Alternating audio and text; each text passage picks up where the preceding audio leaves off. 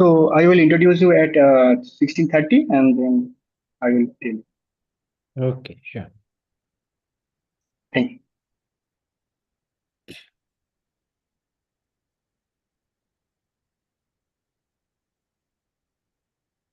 Hi, Tarun. Hi. Oh, hi, Shubhir.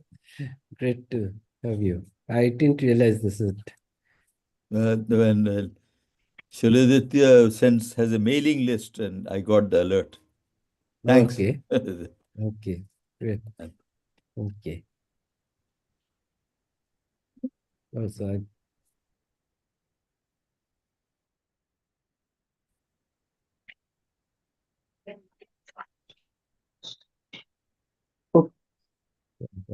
familiar names. Okay, good.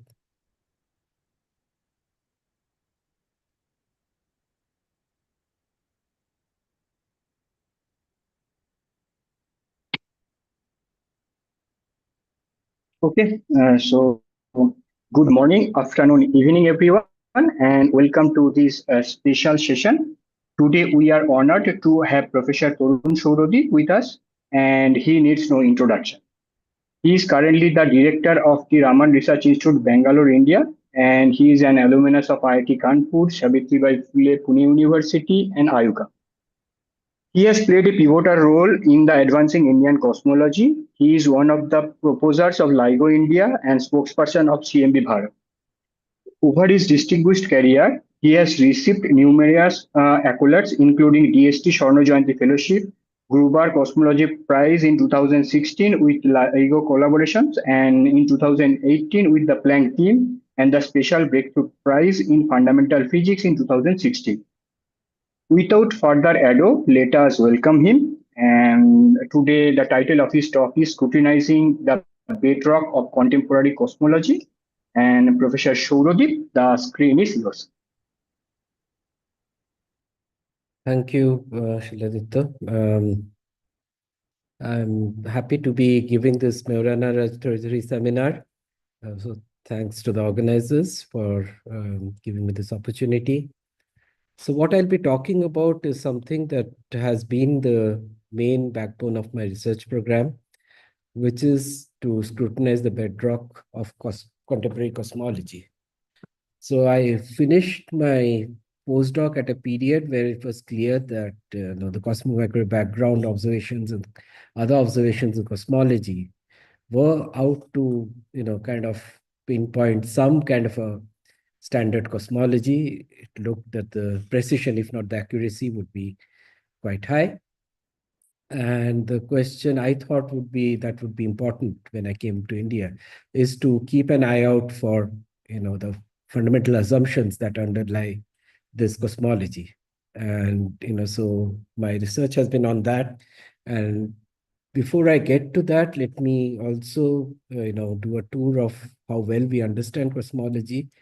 I was not quite aware of the audience, but it looks like a lot of experts. So I will quickly go over the introductory parts. And so this is the cosmic arena. We do see galaxies strewn across the universe to a very large depth. So this is a simulation, but it tells you that there's a very well-formed large-scale structure. And in this vast universe with this kind of intricate large-scale structure, the problem of cosmology is rather hard to begin with. However, we made progress by making an assumption. And the assumption is based on the simple observation, which was also evident in the, say, 70s when this is a Lick Observatory survey from that period, that if you projected all the galaxies on the sky, there was no particular direction which was crying out for attention. Of course, you see a kind of a structure there in the distribution, but if you were to take off your glasses, you would see that roughly it just is a white patch. I mean, there's no, on gross scales of, if you kind of average over scales, there seems to be the same universe in every direction. Now, it's a simple mathematical theorem that isotropy around every point in a medium implies a homogeneous medium. And hence, this lends some support for the principle called cosmological principle that was invoked to create the first, propose the first modern cosmological models way back when GR was just proposed. Okay. And that itself led to a big surprise. We found that the universe was not, a stationary or static thing. It was a pretty dynamic space-time with space either increasing in size in time or decreasing in size. And then Hubble's observations told us that the expanding cosmos is what we inhabit from observations. And that allowed us to rely on a fairly simple model of cosmology, which actually can be encapsulated in a simple algebraic equation that, the particular solution is just determined by the different amounts of content of the curvature, the matter that collapses under gravity, and matter which does not collapse under gravity. Three broad categories, if you break it up, and you tell me how much of each I have at this point, and you also give me a good measurement of the current expansion rate, I can predict for you what the universe will do in the future, and also sort of indicate what it has done in its entire past, assuming that this model holds all the way through. And remarkably, these observations that we have in cosmology have been broadly consistent with what you would have expected. At least we don't have to invoke very complicated physics to understand any stages of the universe. So what you see in this figure is the current universe, and you go back and you see the first structures forming, and then there was a period where it was dark, and then there was the cosmological background backlighting everything. Prior to that, it was a hot plasma with no real information except for possibly some signatures in the spectral distortions. And then go back and you extrapolate you go back in higher energies, and kind of apply what you know about high energy physics at every epoch. And things seems to square up with a picture that seems to be working, starting from nucleosynthesis. Even prior to that, we think we understand what may have happened. There are guesses, and that's something that needs to be really nailed in the coming years. Okay, so I will be talking about one kind of observation, but to be fair, I think this has been really the most kind of impressive, observational band. I mean, the cosmic microwave background. So this observation that at 14 gigaparsecs away, you hit a plasma wall. That's largely because we look back along our light cone. So as you look further out, you're looking at a hotter universe. And when the universe is about 3,300 Kelvin, again, fairly consistent with basic physics, the hydrogen and helium is expected to be totally ionized at that temperature. And if you have an ionized medium, then light just scatters around. So you won't have any coherent information from times earlier than that. So 14 gigaparsecs also sets the rough distance to which we can probe the universe using electromagnetism. Okay. Again, there are nuances to it, but broadly that's true. And we first discovered the cosmic microwave background in 1965, but it took 25 years when better instruments aboard Cosmic Background Explorer could look at this more carefully. One of the things it established is that the plasma screen emission was consistent with a black body, which is quite important because it sort of lends a direct support for a hot and dense universe. So at least the universe must have been about 10 million times hotter than what it is now, and proportionately denser. So it lends, although it doesn't tell you that the universe started from a Big Bang singularity, it does seem to indicate that the universe gets hotter in the past. And if you extrapolate that even further to billion degrees, 10 billion degrees, you can explain the abundances of light elements. And going back, people hope that we'll reveal all kinds of high energy physics, in this laboratory, which in principle goes to, as high energy as you want. Okay. So having said that, let's look at what it revealed. So this is the hot universe, but although the plasma stream looked very, very uniform in temperature, we did see structures and in the current universe. So the density of matter is certainly not uniform. It has formed fairly large contrast structures. But however, once we discovered that it was not completely, isotropic, but there were small variations that you see in slight colors here, indicated in colors. We had a handle on how the structure that we see now in matter could have grown simply out of Newtonian gravitational instability. And this is an excellent situation to be in. We have the initial conditions for a system. We know the final conditions it should get to. We also know the mechanism that works. And the mechanism had some dials. And,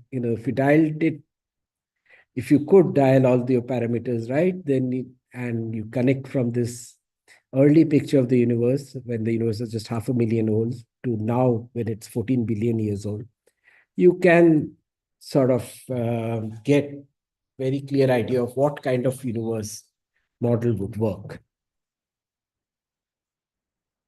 But there is a question that still vexes us, and the fact that we need to understand why was the plasma perturbed at all. Okay, and for that we have some thoughts, and I'll get to that later in the talk. So now this full sky, which I'm showing in an oval, has been a treasure trove for cosmology. I mean, quite coincidentally, my entire research career coincides with this. So I was an early graduate student when COVID results came out.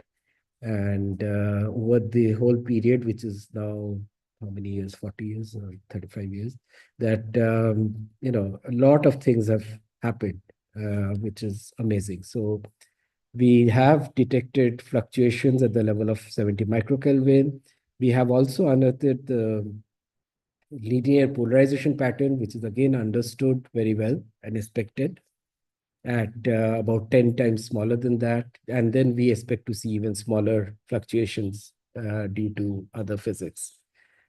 So I will just say that there are 4 measurables that you get out of the CMB spectra. And we have started measuring them well and deriving cosmology out of that. In principle, there can be 2 other spectra which are only generated if there's parity violation, or you have a problem with your observations, some systematic issues. But if you have a handle on your systematic issues, then there is a window to look for parity violation in the same cosmic micro background. Okay, the micro background is fairly simple and robust, and hence it has really been, people have really believed in the results that have come out of it. That's largely because if you look at the sky, fluctuation in the sky, and compute what is the power spectrum, that is, intensity fluctuations at different angular scales, you see that your standard model would predict, you can make clear predictions. The physics is linear, and there are no real worries about how well you can predict these. And you can see that these predictions vary with cosmological parameters, like this is the ordinary matter density, this is the cold dark matter density or total matter density, this is the Hubble constant, and so on. And also, what is very reassuring, as I said, the physics is very simple. So every bit of this angular power spectrum, which looks like a wiggly curve, is understood in terms of very simple resonance physics. And you have beautiful series of peaks. So it's basically resonant phenomena in the acoustic phenomena in the plasma that can explain these curves that you see here. So that lends a lot of support for whatever conclusions you try to draw out of the observations. In particular, I should point out that very interestingly, there's a characteristic scale that's imprinted on these fluctuations. Like, whenever you see a set of resonances, that means there's a characteristic scale involved, right? Like a resonance tube experiment. Similarly, we know that there's a scale which is 150 megaparsec moving that is associated with these fluctuations that we see. And that allows you to do a lot of things. So it sets the physical scale of resonant harmonics physics, and so angular scale subtended gives you an idea of cosmic curvature. The amplitude of this ripple gives you baryon density. And more recently, like 2005 onwards, we have been measuring baryon acoustic oscillation. We are seeing the same physics, but in the baryons that were carried forward with the light at the time of last scattering. Okay, so this is something very exciting, and we have everything in hand for this physics. So let me again go back to the cosmic microwave background. So there have been 3 decades of measurements. The first was opened by Cosmic Background Explorer with the number of ground-based observations too. Then the next decade was WMAP, which saw the same fluctuations, but at a much better resolution. And again, corresponding, there were many, many important ground-based and balloon-based experiments at that time. And then the third decade, where, the Planck satellite from ESA. The first 2 were from NASA, and this is a ESA-led satellite, which actually, in principle, exhausts all the intensity fluctuation information that you have in the, in the same sky that is relevant for the kind of cosmology we're talking about, and also has extracted, WMAP and Planck both have extracted some bit of the polarization information, linear polarization information, but a lot remains to be seen in polarization. Hence, this field is, although has been extremely successful, is far from saturation. And as we speak, more experiments with much finer sensitivity are being deployed, and every now and then there are discussions of a next generation CMB satellite. So this is something that will go on for another decade probably, or a couple of decades. So let me just give you an idea of how splendid Planck had been. So you can derive a all-sky map. Now, for people not in the field, it might be surprising why we make such a big deal about the all-sky. But that's because in any frequency in the microwave background, the galaxy outshines the signal. So it's only with multi-frequency observations that you can get rid of the galaxy to a large extent and have something which is a almost true sky, all sky true map. And this picture is beautiful. It also gives you an indication of the intricate polarization pattern that Planck is able to extract at fairly fine angular resolution of 20 arc minutes, which is shown in this picture here. And the weave pattern is the linear polarization pattern. And this is very impressive. But nevertheless, I will again emphasize that this doesn't exhaust the polarization information, while this at full resolution, like the one picture here, does almost exhaust all the intensity fluctuation information.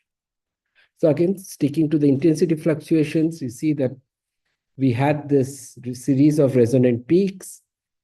We are almost parametrically able to, see these peaks within a multipole or few multipoles, right? So this is an amazing data set from a single experiment which spans multipoles of 2 to about 2,500 with error bars hardly visible, right? You can only difference the reference curve and extract that.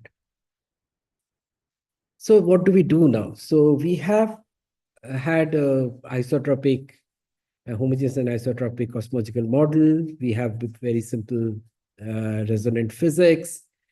And, of course, there's been decades of work on it, but in principle, for any set of parameters that you have, you say, okay, I assume baryon density of so much, cold dark matter of this much, expansion rate of something, and then I can predict for you, like this black curve here, what should be the angular power spectrum.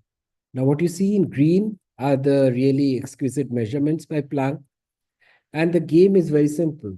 And we do it with Markov chain Monte Carlos, and this is something that one of my former students, Shantanu Das, developed and left me with this nice GIF to show you how, as you vary the cosmological parameters, this black curve will move around, and eventually you hope to find a set of values for which it exactly threads all the data points.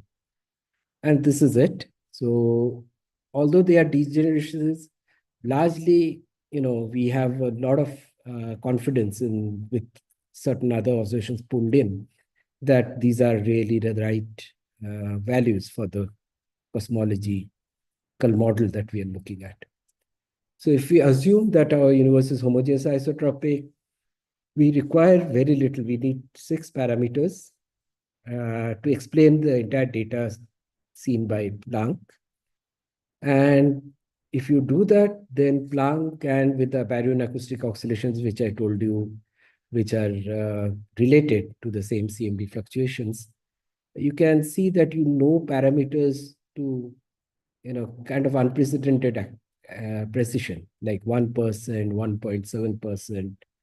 These numbers are kind of for old timers or even older timers, these are really a new age of cosmology. I don't think we expected to see such numbers in cosmology, or certainly my other physicist friends in other fields may not have expected cosmologists to be quoting numbers with such precision. So this is because over the years, we have really gained in precision. You can see each parameter from pre-WMAP to Planck 2018. The error bars have shrunk, okay, dramatically. And you can also look at the volume of uncertainty in a different parameter sets. And you can see that the growth of this information has been very, very impressive. So this is a really field that has really, outdone itself in many ways. So this is like 13, anywhere from 9 orders of magnitude to 13 orders of magnitude improvement in our understanding from the day I started my research to now. And this, if you translate it, is 3 times the Moore's law. Okay, Moore's law is kind of talked about a lot in terms of computing capabilities, computing power growth. So all said and done, we have a standard cosmological model. It's what is called a flat meaning the spatial hypersurfaces are geometrically flat. It is dominated by a cosmological constant or some kind of energy density that behaves like a cosmological constant. Then you need some cold dark matter that clusters under gravity. The cosmological constant doesn't cluster under gravity. That energy density doesn't cluster under gravity, but cold dark matter does. And you have to have all of these kind of exotic things. But if you grant me that, then this model predicts for you, the predictions of this model can be made to fit with the data. And there is also an assumption about the form of the primordial power spectrum. So this is the standard story. So my story has been a bit different. So I had almost assumed in around 2000 that this will happen. In fact, it was really, people were working towards making it happen. So I sort of switched gears to ask, how would you know that the assumptions that underlie this model are, robust? And observationally, you can say it's not just that I have a model parameter, which is a parametric model and it works. So there are certain things that need to be checked. One is the paradigm of hot dense universe.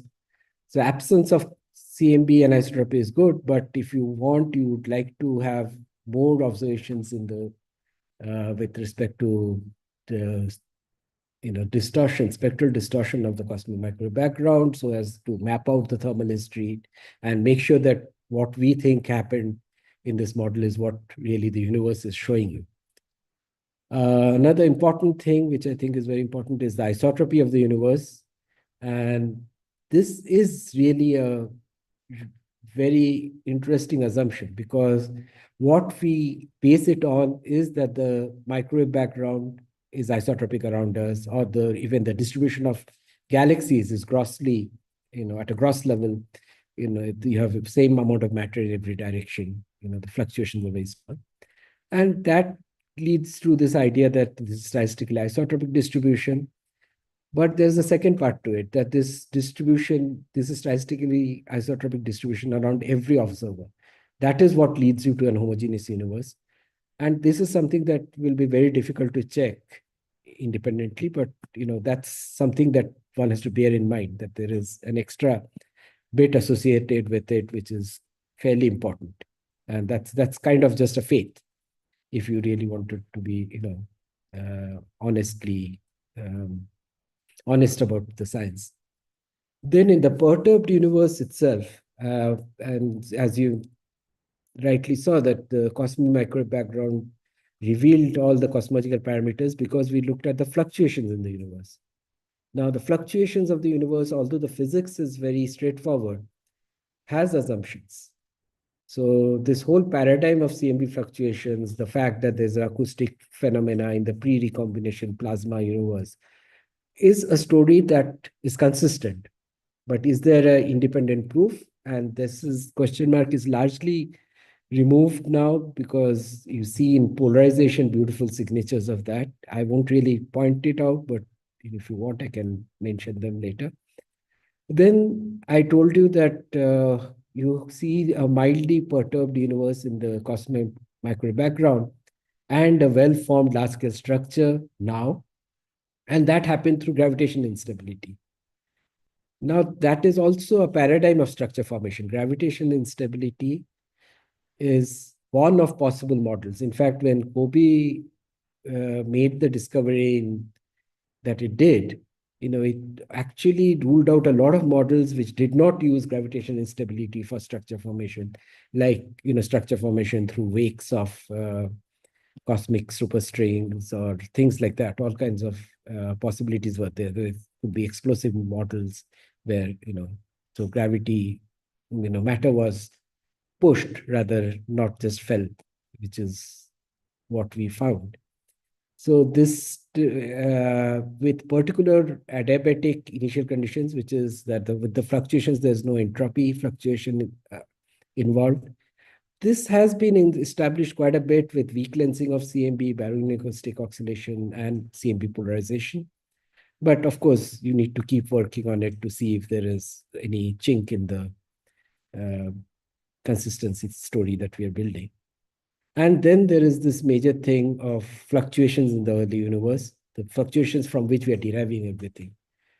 We have till now, parameterized it very simply as a power law, and maybe little deviations out of that. But that's certainly a major area of study that should be done, because there's no reason for some complex early universe physics to give you necessarily such simple initial conditions.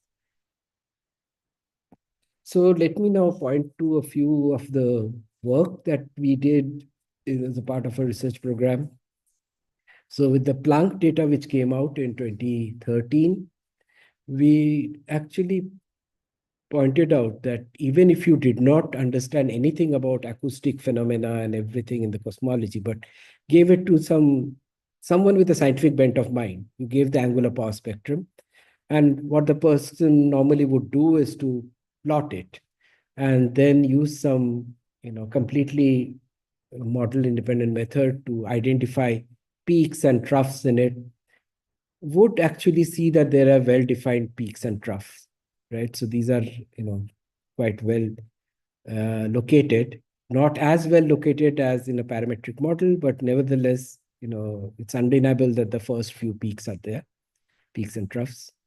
And if you were to plot the position of the peak versus the second peak and third peak and things like that, you would see that they will line up in this very beautiful, as if you're doing some kind of a spectroscopy of some, phenomena.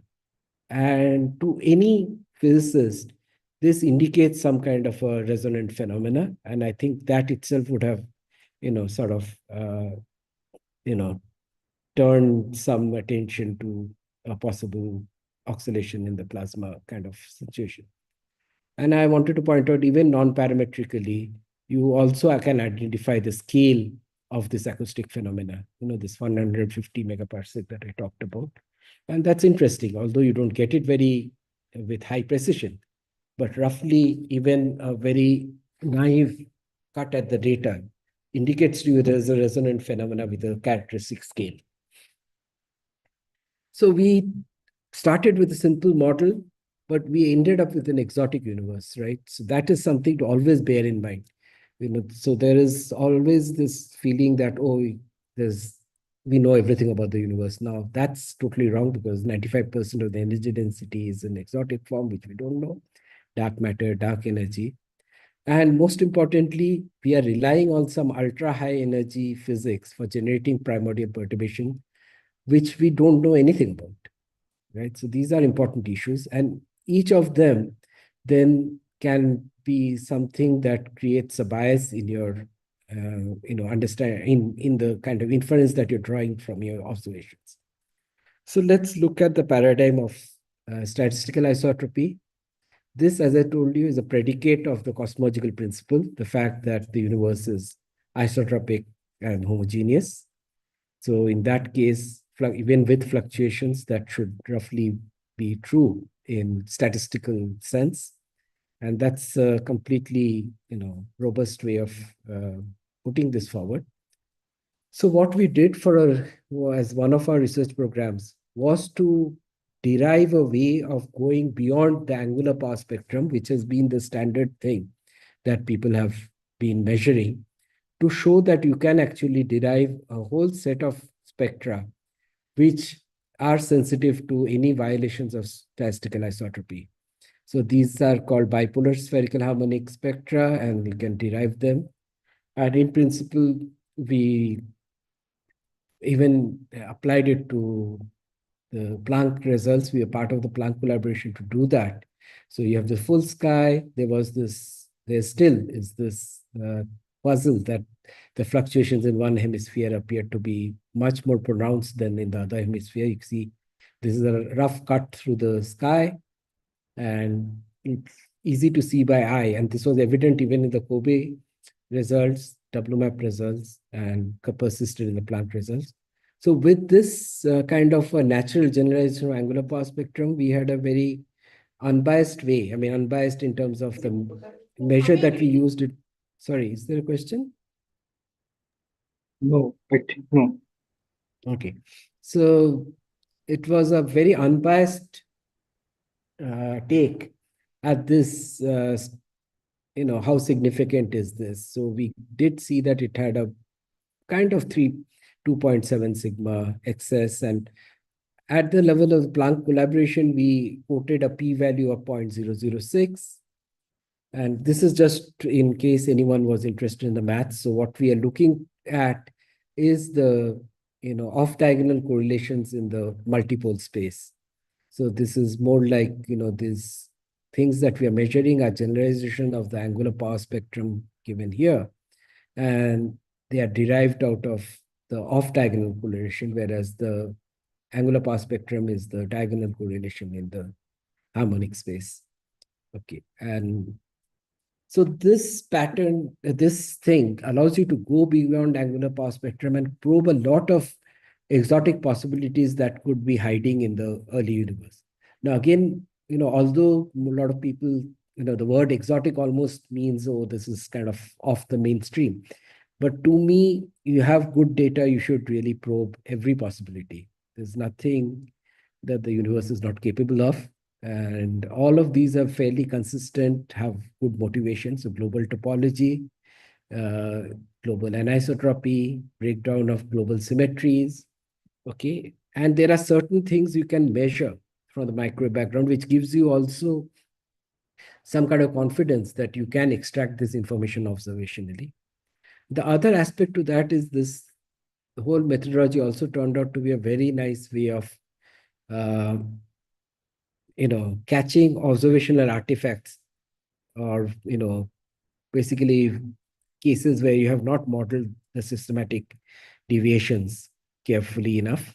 So for one example of that is WMAP 7-year data showed a big signal in the L equal to 2, which is the quadrupolar bipolar power spectrum. And they just pointed out that it must be systematic without pointing out. And then we did very carefully an analysis to show that 1% non-circularity of the WMAP beams response functions was responsible for that signal. And so it's a very interesting way to also hunt down foreground residuals effects, unmodeled effects of foreground residuals in homogeneous noise coverage and this beam response. So I will spend a little time on this basic result, which is what we call the cosmic hemispherical asymmetry, which again, to remind you that if you look at the Planck data in full resolution, you don't see it. But if I were to filter out all the small scale fluctuations here, then this map, it's very evident that the fluctuations on this hemisphere is actually much higher than the other one. It's in fact, if you just quantitatively look at it, it's 14% higher. So it's not a very small effect. And then the question is, how do we model it? So as a part of the collaboration, we modeled it in a very phenomenological manner, which is like there's statistical isotropic map, which is multiplied by 1 plus a dipolar modulation factor. And then you get this amplitude of the modulation in terms of this quantity that we plotted here. So you can see that in Planck, something sticks out beyond the 2 sigma, almost closing up on 3 sigma at very large angular scales, small multiples below 100. And then as you go and include data from higher and higher multiples, this sinks within the cosmic variance. So it's basically the signal is kind of washed out by the other statistical isotropic signal. So there's something which is obviously scale dependent phenomena. Again, we checked whether this could arise due to some foreground effect. And in that case, we would have expected some dependence of this signal that we are seeing on the frequency. So we tested it independently on 3 frequency maps and showed that the results are fairly consistent with each other and very consistent with each other. And that lends support to this being actually a cosmic signal. And if so, then, at 2014, 2015, and 2018 also, the result is that the p-value of this deviation is 0.006, which is 6 times out of 1,000. You would expect this to happen just by chance. So it's not enormously disturbing phenomena, but on the other hand, it's fairly interesting too, because, it is there and it's not a small signal. And apart from the amplitude, you can also look at the direction. And what that tells you is this is not aligned. Often this is called a north and south anisotropy, just for simplicity. But this doesn't align with the north ecliptic pole and the southern ecliptic pole. And that is important because Planck or any satellite which is going around, if there are systematic effects in terms of the scanning pattern and things like that, they would typically be picking up this north-south ecliptic alignments. And this is fairly away from that and any other direction that we are aware of. So next, after the Planck collaboration, one thing was that p-value is a very, kind of not so complete description of what's happening. We don't have the full posterior of the signal, so you don't really know how much significance to associate with it. So it is only under assumptions that you can associate a significance.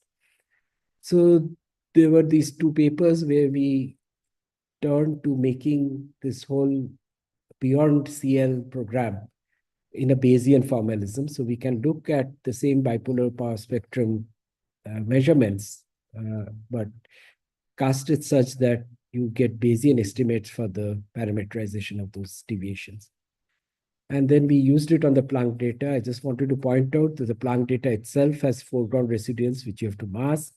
And the noise map itself has strong north-south structure in it. And all this has to be taken into account when you look for this signal. And so we think we did a very complete job there. We looked at the fall off of this signal with multipoles. So at higher angular resolution, which is small angular scales, the signal dies off. So we assumed it's a power law die-off. We found, interestingly, that the power law index is -1. So it's a L inverse kind of a fall off, which is interesting. There are physical effects that die off as 1 over L, but we have not really been successful in modeling any of them yet, but we can look into it. And even in this Bayesian form, as you can see that largely the directions that you get are not, they're inconsistent with the south ecliptic, north ecliptic by some, at least sigmas. And then since we have the entire posterior, you can look at the Bayesian odds of the universe being, the CMB sky being generated by a statistical isotropic universe versus a universe where the statistical isotropy is modulated by a dipole. That particular model, I thought will be, disfavored, but it just is marginally favored by a factor of 4. Savage decay density ratio of 4, which is not strong, but it's there. And so this is where we are.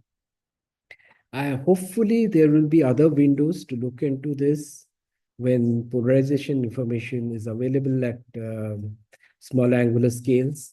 And this is something that is, awaited with S4 measurements and Simon's Observatory and all coming up later. But let me give you a health report 1, cosmic hemispherical asymmetry. Sorry, is there a question? No. Okay. So basically, we do see a dipolar modulation in the CMB. It's there, I believe with bipolar spherical harmonic by Bosch, we are not using a designer statistics, which was one concern a lot of people had. So we do see a non-zero by Bosch spectra in multipoles at about 3 sigma in a frequentist manner, at frequency dependent and all that. And the Bayesian estimation, the main point is the best available CMB data do not rule out a non-SI sky map. So that is, there persists evidence of an interesting effect that may signal new physics and merits continued attention. And obviously, you should look for such a signal in the polarization, future weak length signal potential maps, and anything else you can think of. I think it's worth keeping in mind that such an effect is there. Now I'll move to another time when the cosmological principle is being challenged from another angle, which is our motion with respect to the cosmic microwave background rest frame. And so we are here, and as I said, we are moving at a fairly large velocity, 380 kilometers per second, which V by C is about 1.23 into 10 minus 3. Okay. So this is what gives you the dipole anisotropy in the cosmic microwave background, which is measured extremely well. And that is why we know this velocity that you can infer as a kinematic effect. If you want to interpret it as a kinematic effect, then you can infer the velocity well. And the interesting thing was that is it really a kinematic effect that gives rise to the dipole? And this was challenged by this paper in 21, and there have been more papers on this. So this is, of course, you should address any questions to Shubir. But the main point there was that in the rest frame of the quasars our motion appears to be twice as large.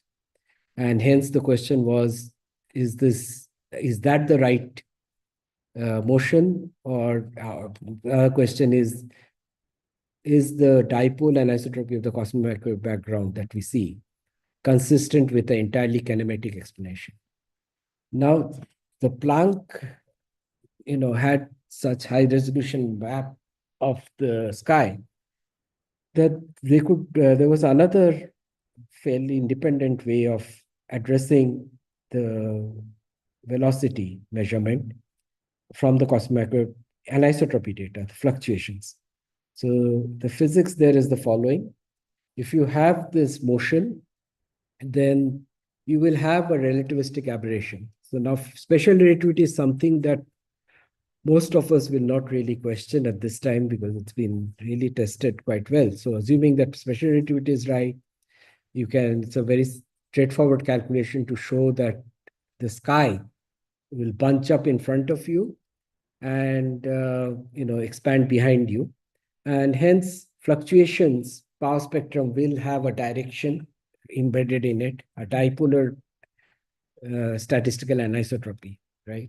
It's dipolar deviation from statistical isotropy, which you should be able to measure. And as a part of the Planck collaboration, we did measure it, but we were not very worried about the significance. So once we got about 3 sigma consistency, we sort of let it go. And but the data is much better than that. So what we did after this work came out is to look at this effect again. So this is again the basic formula. Even if the cosmic signal is statistically isotropic, just the fact that we're in this moving frame will make it an anisotropic map here, because the directions will get kind of remapped and there will be a modulation of the amplitude. So you put it all together, again, there is an effect which is a deviation from statistical isotropy, which we have a formalism to use to measure. And once we do those measurements, we can make an estimate of the beta, which is V by C. And our results indicate that V by C is consistent with the measurement of the dipole, or measurement of the velocity from the dipole, or the inference of velocity from the dipole is consistent with the inference you draw from from this kind of statistical anisotropy measurement. Okay, and this was worked out, and so our main consistency we see is we made it consistent that we could show that our current data is capable of doing a 5 sigma consistency with the well-measured CMB dipole. And then that sort of makes more difficult to find explanation, both for the velocity inferred from this distant quasar redshift cosmic rest frame, and from the CMB, which is even a much more distant rest frame. So this is where I'll leave it and go to the last thing, which I think is the most, kind of fleshy part, of cosmology that is to be discovered, because anything and everything can hide in that. So this is the paradigm of inflation in the early universe, and it's necessary to see its structures. Inflation may not be necessary, but some paradigm which does whatever inflation is supposed to do. But let's take inflation as the straw man in this and first try to investigate that. So what is interesting about inflation or this thing is our success in cosmology has been from, trying to find a consistent cosmological model that will take these tiny perturbations that you see at 10 parts per million in the microwave background sky to these well-evolved galactic structures and superclusters and filaments that you see, and they could form by gravitation stability. I must say that there are a lot of things that are puzzling at this time, but broadly, there seems to be a possibility to build a consistent model where most of the observations are consistent with the CMB that you see and the large-scale structure that you see here. So even if you accept that, then the big question, I think, is who really perturbed the plasma, the cosmic screen? And that in inflation is fairly exotic.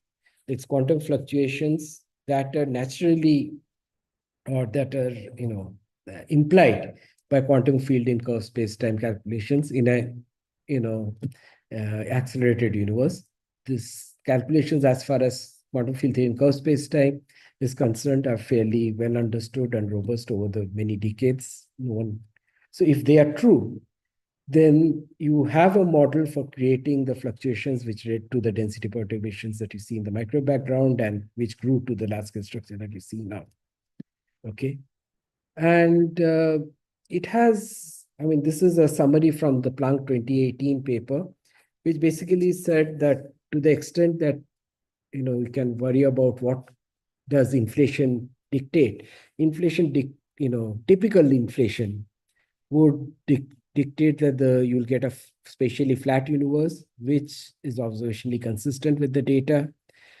It would give you a nearly scale invariant power spectrum, but not a scale invariant power spectrum. And interestingly, we do find a power spectrum that is close to ns equal to 1, but still there is 5 sigma deviation, and it's 5 sigma distant from ns equal to 1, which may have been a problem because that leads to infrared divergence. And then it's almost a power law because we don't see any gentle features in it. It's dominated by scalar perturbations. They are Gaussian, adiabatic, and there seems to be negligible need for any topological defects that would create nonlinear structures. So in this direction, the program of research that we had was to directly deconvolve the angular power spectrum, assuming we know the cosmological model, and then ask, does the power spectrum turn out to be flat? So when we first used it on the first real data set where you could use it was WMAP. And this is work that I did with Arman Shafilu long back, I think it's master's project. And we showed that, if you took the WMAP data, assumed a best fit model that it get, then the power spectrum that you derive has features, and particularly at the largest length scales, that is small k. And it looked like there's an infrared divergence. This is missed by many others who were looking for a monotonic infrared cutoff, not divergence, sorry, infrared cutoff. And here we see an infrared cutoff compensated by this. What is still pretty intriguing to me is this is typical of quantum field theory where the mass is of the field that you're looking has a sudden transition. Then you have these underdamped responses, and this looks almost like that. But of course, that's what we did. And then when we looked at also the first results from Planck, and we saw something very similar. But of course, this is again statistically not very high significance, but if you look at the suppression of power thing, it's again at the level of 2.7 sigmas and closing on 3 sigma, but it's not really out there. And it's difficult to imagine it will be there, but hopefully if we have measurements that of polarization power spectrum reliable at small n, which is large angular scales, you can extend this program to take both polarization and temperature fluctuations, and then look for what you get. Okay, so then, as I said, inflation broadly gives you homogeneous isotropic space, flat Euclidean geometry, nearly scale unit power spectrum, which I have put a tick mark here, but this is something that I feel that while we are kind of ruling out very gentle features, there is ample space to hide a very sharp feature or something which is not modeled for. But the main important part in this is, while we have all these consistencies, one thing that will maybe convince a lot of people about this quantum fluctuations in this inflationary epoch being the seed perturbations for the universe, if one saw a corresponding gravitational wave background, because that is guaranteed. It's something that must happen. Okay, and this is something that, if you have scalar field fluctuations which seed structures, then there must be a gravitational wave fluctuation associated with it. However, what is not guaranteed by is that the level of these fluctuations depends on the model you choose. And over time, we have been kind of, going down on the ratio of gravitational waves to density perturbations. So at this point, I would say we are at 0.01 only from CMB data, but if you maybe the later ones, there are even things at 0.05, 0.03, depending on which data set you talk about. This is stopping at what we knew at Planck 2018, but obviously things have improved by at least factors of 5 since then. So this is our situation, but the question one may ask is, should we, since we don't know what R can be, should we keep drilling down on that, or be satisfied that it is really less than 0.03? Because at this point we have the technology to in fact drill down to 10 to a minus 3, 10 to a minus 4. And I belong to the category of probably, or the group of researchers in the field who think that if we have the technology, we should go and search it out. Why not? And so with that, I mean, I feel it's a to-do or must-do. So if it hasn't happened this decade, I'm sure in some subsequent decade, in the few decades on, we will do it. So with that in mind, we proposed a near ultimate CMB polarization survey. This is not the first time we have done it. This is largely based on the ESA's core proposal. And the point was, we said that this will reveal primordial gravitational waves, which is a signature of quantum fields in curved space-time. And in doing so, we would actually end up doing a lot of improvement in the cosmological model. So I told you that we are already a billion times better than what we were at that stage before WMAP. And this is a 10 million more improvement in our understanding of the basic cosmology. We would map out all the dark matter, most of the baryons, neutrinos, masses, and if we have some spectral capabilities which we could build into it, then we would also start looking at the thermal history of the universe. So with that thought, we made a proposal to ISRO to launch a satellite which would be of the scale of Planck. So it's like a 4-meter tall, 4.4-meter diameter.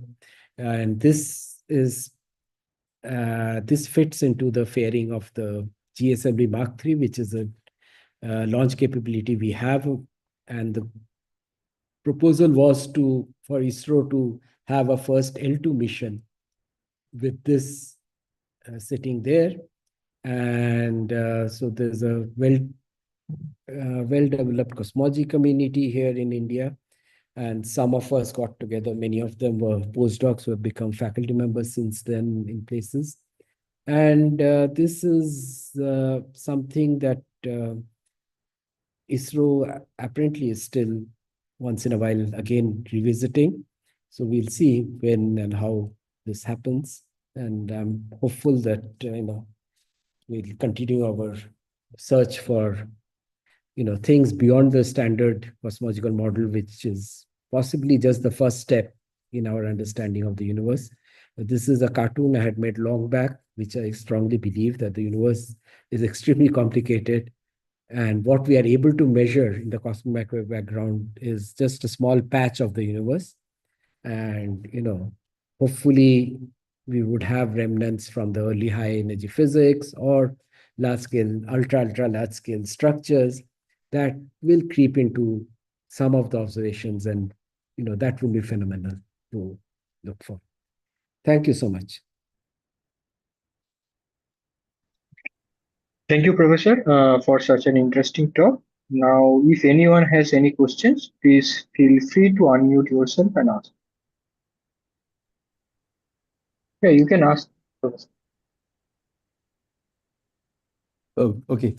Tarun, you talked about your BIPOSH formalism for looking for directionality in the fluctuations, and your reanalysis of the hemispherical anisotropy is actually pretty compelling.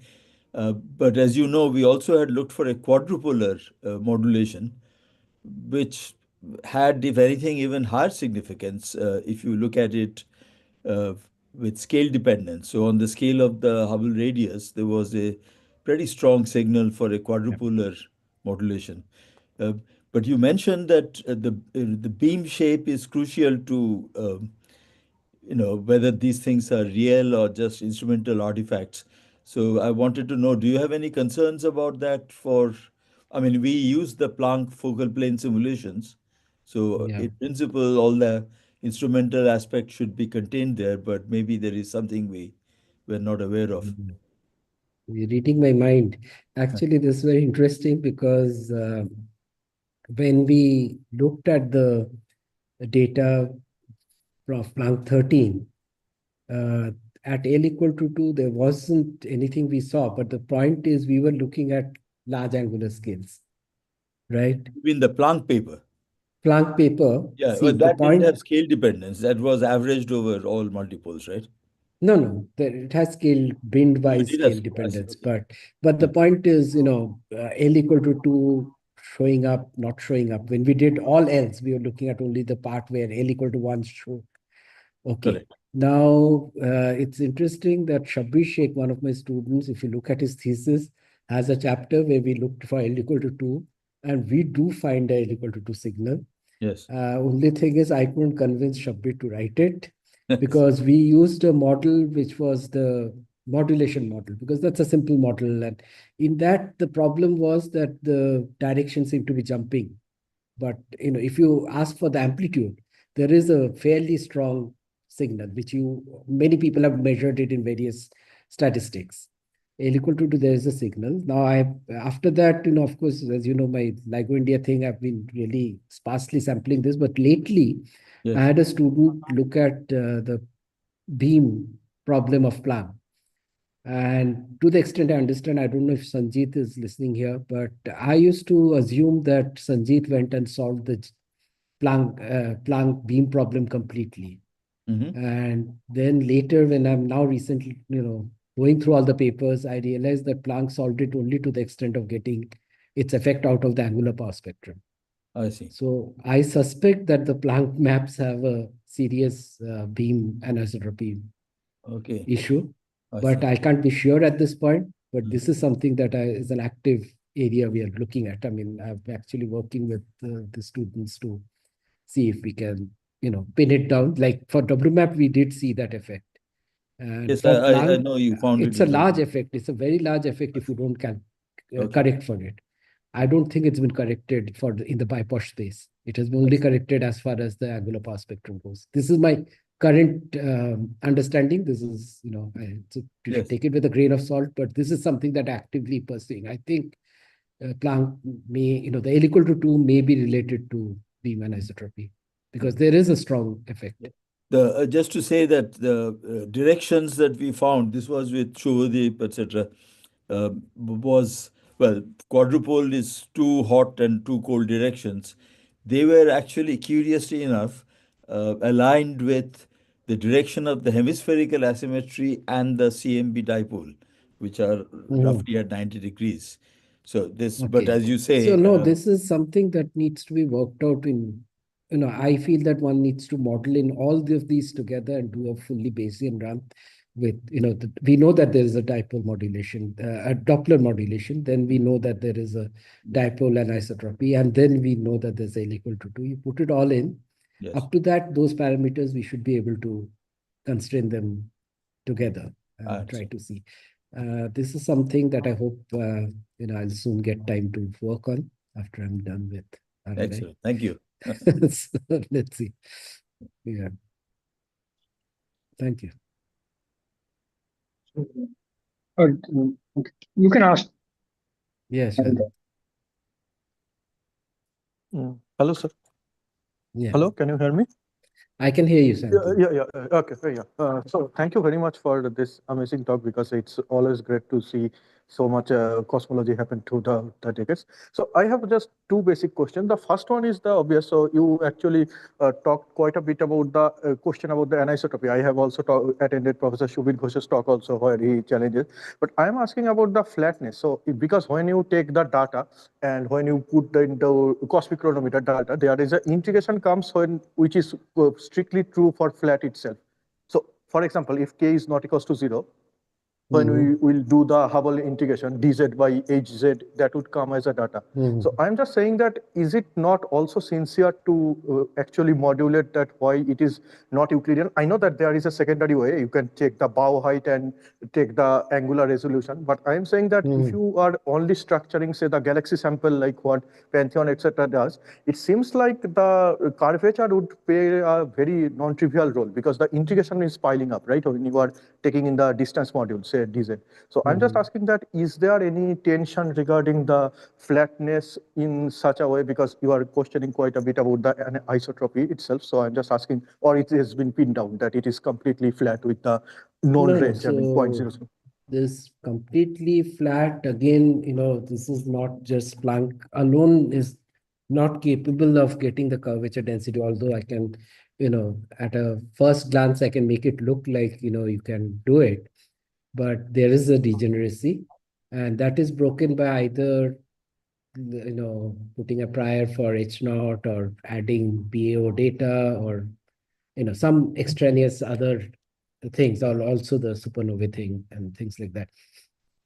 Having said that, Because then lots of No, I am asking sorry? because lots of people nowadays actually breaks the degeneracy in the contour plot, assuming a certain curvature, because it comes as a banana shape, which is very unstable, the contours, etc. So I'm just asking that, is it just a theoretical, like mathematical exercise, or there is actually some phenomenology behind this?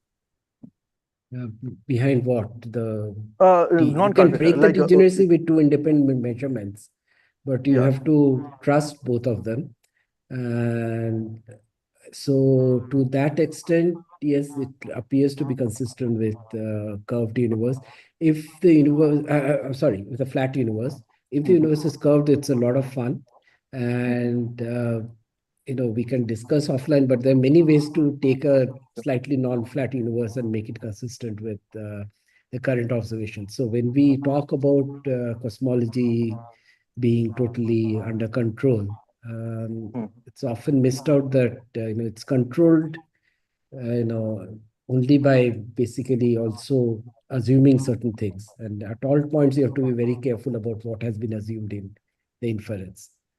All said and done, I mean, if you were a kind of a guy who's really drilling down on cosmological model and structure formation, maybe it's good to stand on firm ground of a model that works.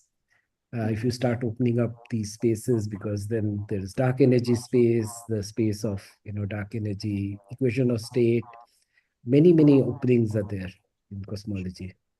And you can, it needs to be, sort of agnostic cosmology based on data is still some distance away.